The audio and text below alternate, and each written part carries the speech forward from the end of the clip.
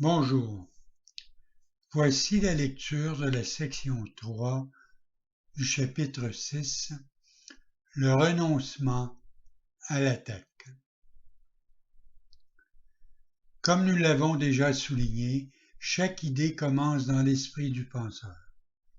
Par conséquent, ce qui s'étend à partir de l'esprit est toujours en lui, et c'est à ce qu'il étend qu'il se connaît lui-même. Connaît est le mot juste ici, parce que le Saint-Esprit tient toujours la connaissance en sécurité dans ton esprit par sa perception impartiale. En n'attaquant rien, il ne pose aucune barrière à la communication de Dieu. Par conséquent, l'être n'est jamais menacé. Ton esprit, pareil à Dieu, ne peut jamais être profané.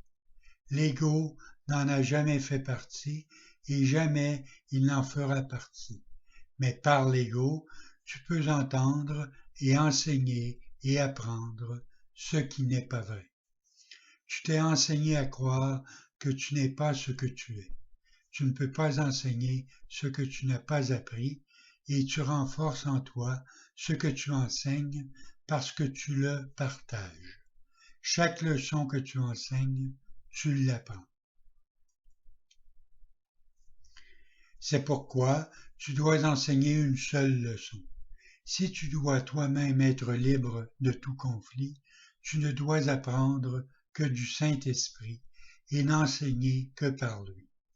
Tu n'es qu'amour, mais quand tu nies cela, tu fais de ce que tu es quelque chose dont tu dois apprendre à te souvenir. J'ai dit plus tôt que le message de la crucifixion était « N'enseigne que l'amour, car c'est ce que tu es ». C'est la seule leçon qui est parfaitement unifiée, parce que c'est la seule leçon qui est une. Ce n'est qu'en l'enseignant que tu peux l'apprendre. Comme tu enseignes, ainsi tu apprendras. Si cela est vrai, et ce l'est en effet, n'oublie pas que ce que tu enseignes t'enseigne, et ce que tu projettes ou étends, tu le crois. La seule sécurité consiste à étendre le Saint-Esprit, parce qu'en voyant sa douceur en autrui, ton propre esprit se perçoit lui-même comme totalement incapable de nuire. Une fois qu'il peut accepter cela pleinement, il ne voit aucun besoin de se protéger. Alors, la protection de Dieu se fait jour en lui, l'assurant qu'il est à jamais en parfaite sécurité. Ceux qui sont en parfaite sécurité sont entièrement bénis. Ils bénissent parce qu'ils connaissent qu'ils sont bénis. Sans anxiété, l'esprit est entièrement bon et parce qu'il étend la bienfaisance, il est bienfaisant. La sécurité est le renoncement complet à l'attaque. En cela, il n'y a pas de compromis possible. Enseigne l'attaque sous n'importe quelle forme et tu l'as apprise et elle te blessera.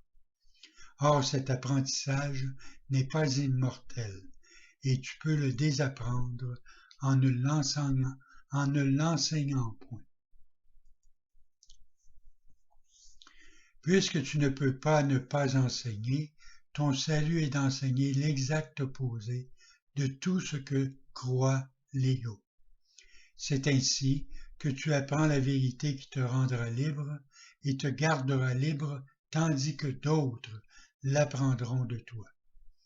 La seule façon d'avoir la paix, c'est d'enseigner la paix.